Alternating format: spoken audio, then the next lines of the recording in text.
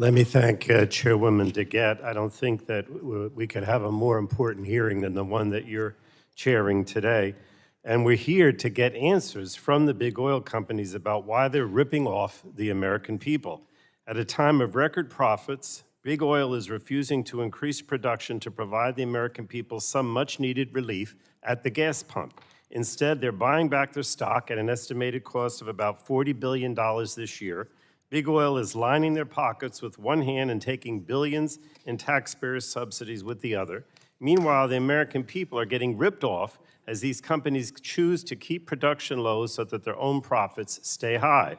The American people are understandably fed up with these prices, and we're here today to demand answers from big oil about when they will finally start providing the American people some relief. As oil prices rise and Americans are hurting, the 6 oil companies testifying today made more than $75 billion in profits between them last year.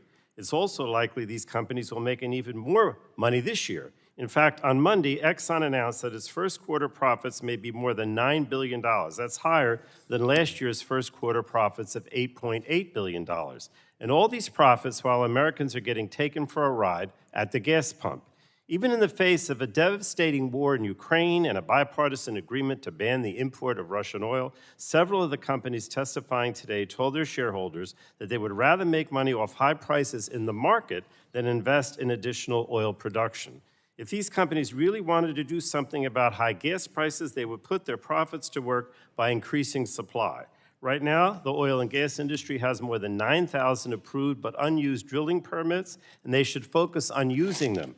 The problem is not a shortage of permits or land. Big oil is choosing to keep supply low, prices high, and their pockets lined with the hard-earned dollars of struggling American consumers. And the game big oil is playing is unfortunately nothing new. For decades, American consumers have been subject to the whims of global petro dictators and the oil companies that benefited from doing business with them. Foreign adversaries like Russia's Putin can make prices unpredictable and unstable, and big oil is profiteering from our continued reliance on this volatile global commodity. Now, Republicans continue to push the same old oil above all policies, ignoring that these policies have led us to greater dependence on this volatile commodity. And where has all this gotten us? The United States now produces more oil and gas than any other country in the world, but Americans are still subject to the actions of the big oil companies. And Democrats have a different plan. We're focused on actually reducing costs for American consumers at the pump. And today, we also demand, or we're also involved in enacting 21st century all of the above policies that will give consumers real options, not just a 1970s choice between oil, diesel, and gas. The best way to protect Americans from oil price spikes is to curb our dependence on oil and transition to renewable energy, which is more stable, affordable, and generated right here at home. So Democrats have worked hard to bring real energy security to the American people. We've devoted billions of dollars to the Weatherization Assistance Program to reduce energy costs for homeowners and the Low-Income Home Energy Assistance Program to offset rising energy costs. We've invested in electric vehicles to give consumers a choice and make high gas prices a thing of the past. And just last week, as mentioned by Chairwoman DeGette, President Biden announced an unprecedented release of oil from the Strategic Petroleum Reserve to help drive down prices for American consumers. So we've done our part, or we're doing our part, to try to produce or have more oil available on the marketplace. But now it's time for big oil to take some action to reduce the pain at the gas pump. Produce more oil. Produce more with the wells you have, the 9,000 permits that you're not using.